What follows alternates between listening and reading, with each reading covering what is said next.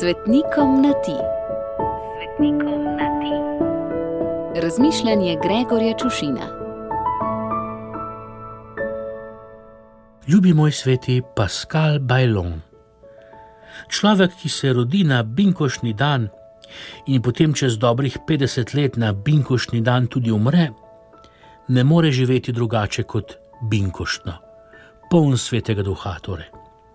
Še posebej, če je ob krstu prejel tudi binkoštno velikonočno ime.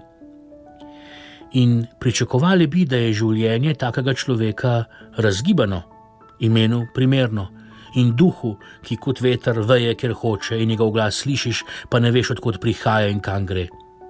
Pa ni zmeraj tako. Vsaj v tvojem primeru ni bilo. Ali pa se morda motim, ker pač sodim po zunanjosti in ne vem, kakšni vetrovi so pihali skozi tvoje notranje življenje. Kakorkoli, takole na zunaj, ljubi moj sveti Pascal, ti je življenje teklo linearno in premočrtno. Kar si kot otrok zaželel, si hitro dosegel, priti v samostan. In to samo zato, da bi bil lahko neprestano čim bliže Jezusu, ki je navzočil pri sveti Evharistiji. Menda so te kot otroka dostikrat iskali kot izgubljeno ovco in te vedno našli pred tabernakljem.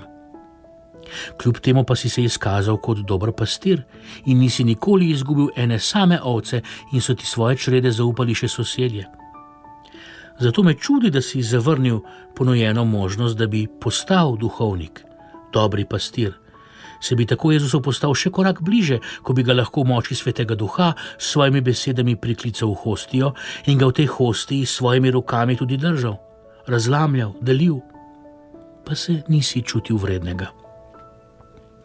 Prav tako me čudi podatek, ki ga berem v tvojem življenjepisu, da so se zaradi tvoje globoke vere in brez dvoma od duha vodene modrosti mnogi bogati in revni, preprosti in izobraženi zatekali k tebi po nasvet.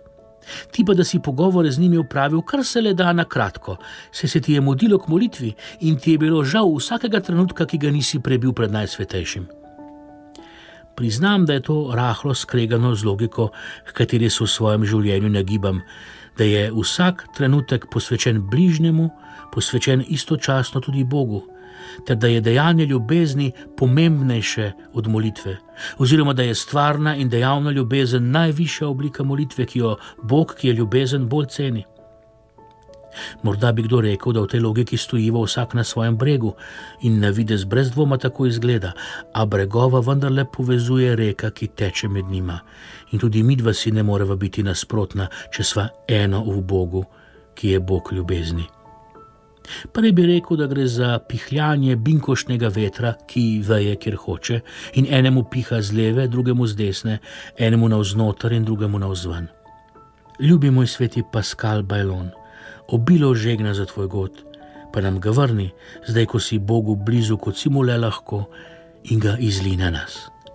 Gregor.